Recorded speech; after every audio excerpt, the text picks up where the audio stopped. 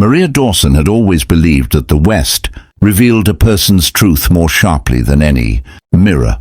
Under the heat, the dust, and the desperate loneliness of frontier life, souls were stripped bare.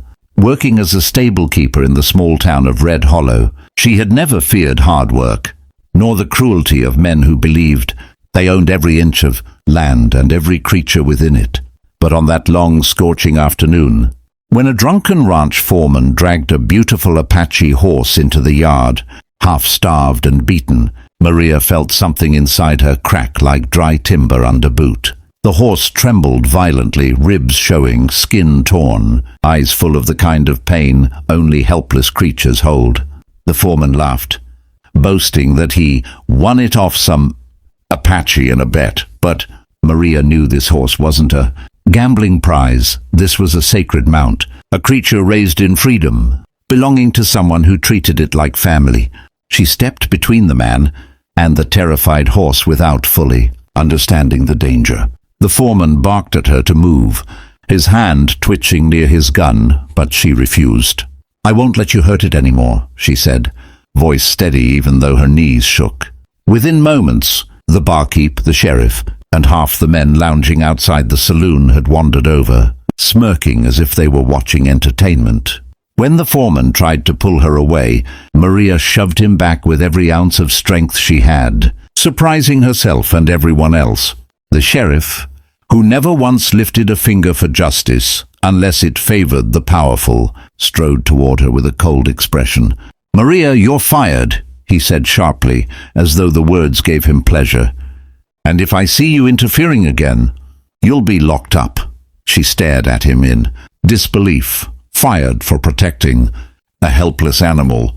But she held her ground, whispering softly to the horse, calming it as she loosened its ropes.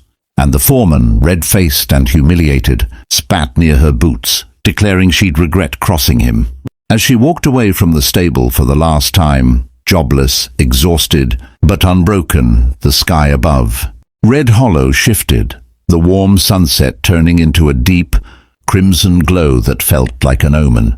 People murmured anxiously as distant dust clouds rose on the horizon. Riders, many of them.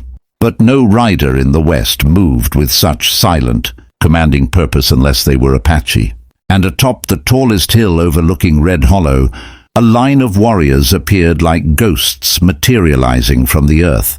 The townsfolk panicked, slamming shutters, grabbing rifles, whispering fearful stories about Apache vengeance. Maria stood rooted to the street, clutching the reins of the rescued horse, heart pounding as the truth of what she had done settled heavily across her shoulders. She had interfered in Apache matters. She had touched a horse that did not belong to her. She had protected what was sacred to a people often misunderstood, feared, and wronged.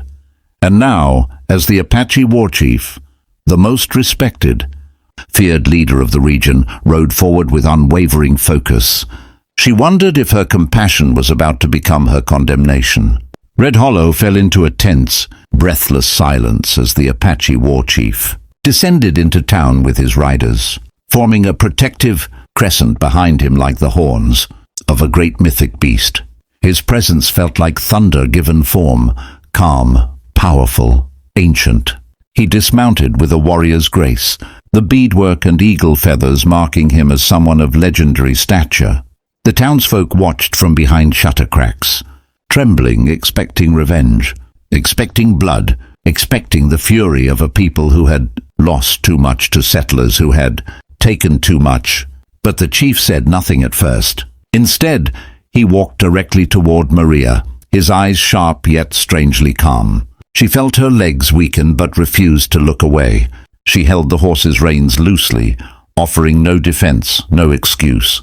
When the war chief stopped before her, he placed his hand gently on the trembling animal's neck, whispering something in Apache, and the horse immediately relaxed.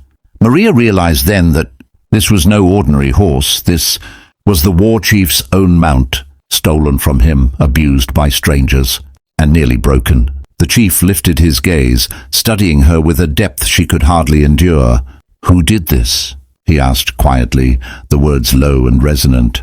Maria opened her mouth to answer, but before she could, the guilty foreman stumbled out of the saloon, trying to look brave but failing miserably. The chief's warriors closed in, forming a silent wall that made the foreman's bravado crumble. "This woman protected my horse," the chief declared, voice echoing through the silent street, "while your town allowed cruelty." The people of Red Hollow shrank back, suddenly ashamed, suddenly aware of their cowardice. The foreman begged for mercy, but the chief stepped closer, staring into him as though measuring his soul. Instead of violence, the chief turned away, his decision delivered with terrifying wisdom. "Your actions will follow you. In our way, shame is a heavier punishment than any wound." Then he faced Maria again. "You did what was right when no one else did," he said. "The Apache honor you for this." Her breath caught. Honor?